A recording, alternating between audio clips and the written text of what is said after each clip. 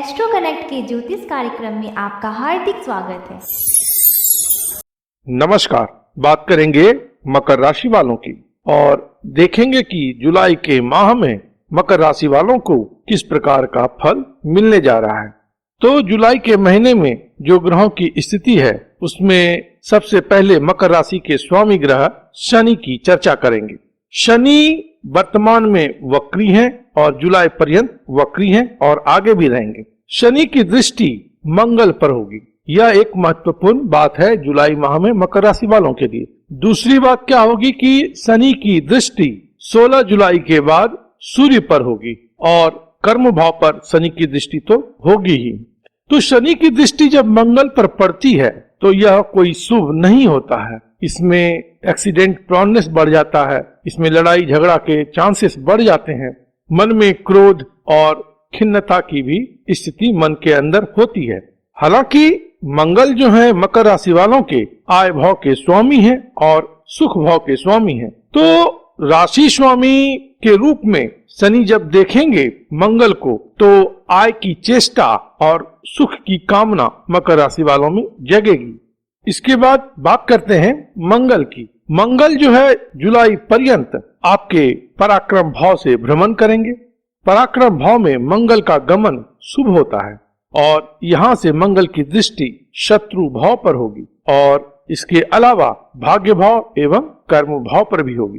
तो कर्म भाव पर शनि की भी दृष्टि है और मंगल की भी दृष्टि है, जिसके कारण से काम काज में आपको इस समय में सफलता मिलेगी। यद्यपि उसमें कुछ ऑडिटीज भी रहेंगी, कुछ कठिनाइयां भी रहेंगी, कुछ चुनौतियां भी रहेंगी, लेकिन उसमें सफलता मिलेगी क्योंकि शनि और मंगल कहीं न कहीं व्यक्ति को पावरफुल भी बनाता है और अथॉरिटी देता है। तो इन दोनों का भिन्न भिन्न जगहों से दृष्टि प्रभाव जो आपके कर्म भाव पर पड़ रहा है, तो इस समय में आपको प्रोफेशन में प्रमोशन, पावर, पोस्ट, अथॉरिटी प्राप्त होने की संभावना रहेगी। मंगल की दृष्टि षष्ठ भाव पर भी पड़ रही है, इसलिए जो रेजिस्टेंस है लाइफ में या जो आपके लिए शत्रुवत हैं उनसे अभी आप बखूबी डील कर पाएंगे। हालांकि इस पर मैं आगे अभी बात करूंगा क्योंकि जुलाई के माह में छठे भाव में और द्वादश भाव में जो ग्रहों का प्रभाव है वह बहुत अधिक है और कहीं न कहीं मकर राशि वालों को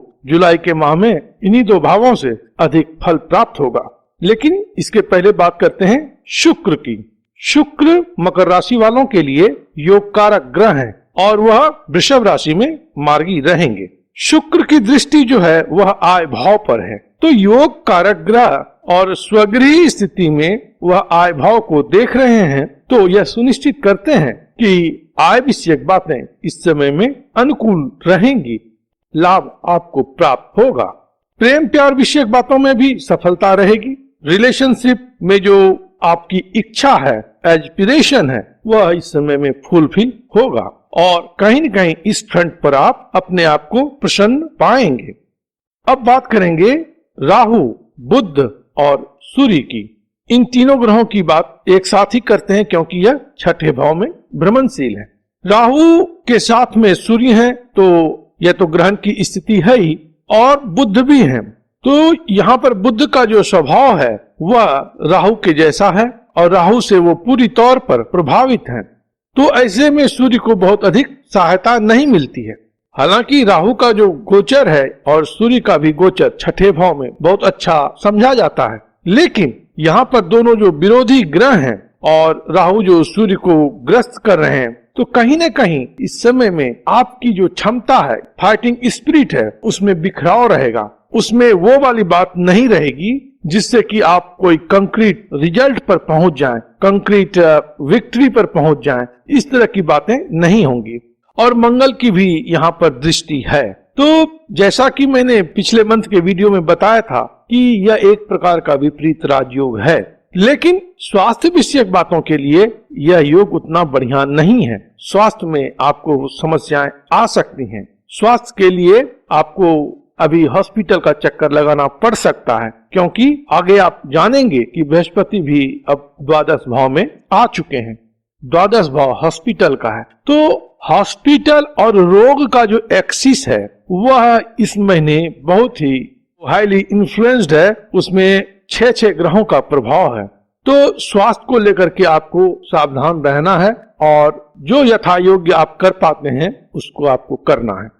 दूसरा, स्वास्थ्य से जुड़ी बात ही यह है कि बहुत अधिक अभी आप इधर उधर घूमने ना जाएं, क्योंकि मंगल जो है वह आपके घूमने फिरने के भाव से रोग भाव को देख रहे हैं। दूसरा कि रोग भाव में मिथुन राशि है और सूर्य वहां पर 15 जुलाई तक है और 16 जुलाई को उनका राशि परिवर्तन हो रहा है कर्क राशि में।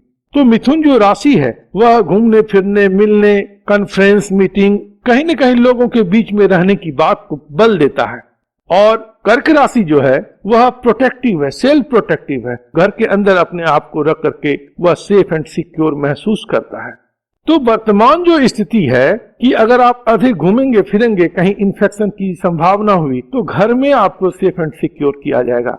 तो इसलिए मैं कहूंगा कि बहुत अधिक घूमना फिरना अननेसेसरी का इस माह में नहीं करना चाहिए और यदि आवश्यक है तो पूरे प्रोटेक्शन के साथ, पूरी एहतियात के साथ आप बाहर जाएं तो फिर कोई विशेष चिंता की बात नहीं रहेगी। अब बात करेंगे सूर्य की। सूर्य जैसा कि मैंने बताया 16 जुलाई को कर्क राशि में आएंगे। कर्क राशि आपके सप्तम भाव में पड़ने वाली राशि है और सूर्य जो है आपके अष्टम भाव के स्वामी है। तो अष्टम भाव के स्वामी के रूप में जीवन साथी के भाव में सूर्य का संचरण वह उतना उपयुक्त नहीं है और कहीं न कहीं जीवन साथी विषयक बातों में आपको परेशानी हो सकती है। जीवन साथी के स्वास्थ्य को लेकर के कुछ कंसर्न हो सकता है। जीवन साथी के साथ टेम्पररी सेपरेशन हो सकता है, लड़ाई झगड़े की स्थिति हो सकती है। और इसकी संभावना अधिक क्यों है? क्योंकि शनि की जो दृष्टि है वह सूर्य पर है और सूर्य की भी जो दृष्टि है वह शनि पर है। तो यह जो दृष्टि संबंध है शनि और सूर्य का, यह विग्रहकारी है, यह कलहकारी है।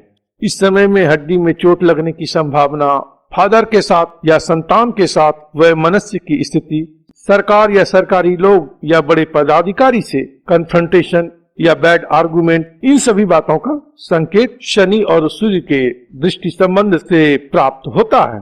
तो यहाँ पर भी आपको थोड़ा सचेत रहना चाहिए। इसके बाद बात करते हैं बृहस्पति की। बृहस्पति देव अब आपके व्यय भाव में जुलाई में भ्रमण करेंगे, जहां से उनकी दृष्टि आपके सुख भाव पर होगी, रोग भाव पर होगी और आयु भाव पर होगी। बृहस्पति अभी वक्री हैं, तो बृहस्पति जब वक्री होते हैं तो शुभ रूप में कोई अधिक प्रोटेक्शन दे नहीं पाते हैं और वो केतु के साथ में होंगे भी। तो केतु के साथ होना और राहु से भी जो है तो प्रभावित होना, तो यह कहीं न कहीं बृहस्पति को खामोश कर देने वाली बात होती है। बृहस्पति इस समय में बहुत कुछ आपको देने की स्थिति में नहीं है। तो अगर रोग विषयक बातें हैं या स्वास्थ्य विषयक बातें हैं तो उसमें बड़ा कोई प्रोटेक्शन जुपिटर के कारण नहीं मिलेगा आपको। दूसरा है कि अगर आप इन्वेस्टमेंट करते हैं इस समय में तो बैड इन्वेस्टमेंट की संभावना अधिक रहेगी। डिसीजन को आप एक बार रिव्यू जरूर करें अगर आप कहीं पर इन्वेस्ट कर रहे हैं। प्रॉपर्टी विषयक बातें या इनहेरिटेंस से मिलने वाली जो प्रॉपर्टी है उस संबंधित बातों को लेकर के भी अभी आप थोड़ा सा शांत रहें, क्योंकि इस समय में कोई गलत निर्णय आपको नुकसान में डाल सकता है, आपको व्यय में डाल सकता है। कुछ और एक दो बातें हैं जो कि इस माह में समझना जरूरी है कि बृहस्पति और केतु से अष्टम स्थान में सूर्य होंगे। तो सूर्य और बृहस्पति का जो षडाष्टक संबंध है वह अच्छा नहीं है, क्योंकि सूर्य और गुरु दोनों परम मित्र ग्रह हैं और उनमें ही अगर वैर भाव इस समय में हो, मरने मारने की स्थिति हो, तो कोई उतनी अच्छी बात नहीं होती है। यह सिर्फ मकर राशि वालों के लिए नहीं बल्कि और राशि वालों के लिए यह एप्लीकेबल है। दूसरी क्या बात है कि मरकरी, राहु और शनि, इनमें भी षडाष्टक स्थिति है, तो यह भी उतनी अच्छी स्थिति नहीं है। तीसरा क्या है, द्विगुरु, मतलब कि बृहस्पति और शुक्र के बीच भी षडाष्टक स्थिति है।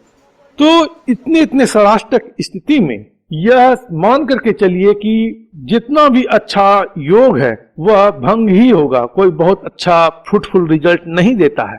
तो प्रयास की अधिकता रहेगी और सफलता का जो रेट रहेगा बहुत कम रहेगा। लोगों में फ्रस्ट्रेशन बढ़ता है, इसे पोटेंशियलिटी रहती है लेकिन उसका एक्चुअलाइजेशन नहीं होता है, तो लोग डिसओरिएंटेड हो जाते हैं और थोड़ा सा निराश होते हैं।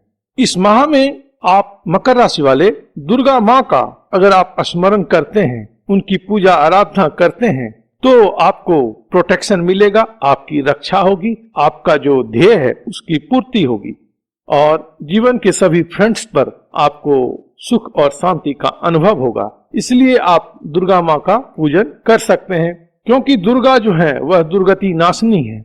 एक और जो बात है यहाँ पे बता दूं कि जब छठा भाव अधिक फोकस में रहता है तो क्या होता है कि अपार्ट फ्रॉम डिजीज या हेल्थ, नौकरी में कुछ न कुछ अच्छी बातें अच्छी होती हैं, लेकिन अच्छी कितनी भी बातें हो जाए, गुलामी का बोध होता है, डिससेटिस्फेक्शन होता है। आप बड़े से बड़े लेवल पे भी पहुंच जाएं, लेकिन उसमें डिससेटिस्फेक्शन बढ़ेगा। हालांकि इस समय में कामकाज में अच्छी स्थिति रहेगी आपकी, लेकिन डिससेटिस्फेक्शन भी किसी कारण से बढ़ सकता है। लोन लेने की संभावना बढ़ सकती है, लोगों के साथ कन्फ्रंटेशन बढ़ सकता है, लोग आपके लिए शत्रु भाव मन में रख सकते हैं। तो इन सभी बातों को समझते हुए अपने आचार विचार और व्यवहार में यथोचित परिवर्तन लाएं तो अच्छी स्थिति रहेगी। दूसरा क्या है कि यह जो मैं कह रहा हूँ 6th हाउस और 12th हाउस, यह हाइजीन का एक्सिस है। हाइजीन मतलब स्वास्थ्य का। तो इसमें अपने डेली रूटीन को आप अच्छा रखें, डिसिप्लिन लाइफ रखें, खान पान अच्छा रखें।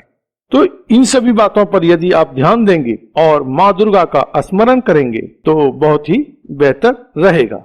प्रभु आप पर कृपा करें, आप स्वस्थ रहें, मस्त रहें और व्यस्त रहें। ओम नमो भगवते वासुदेवाय।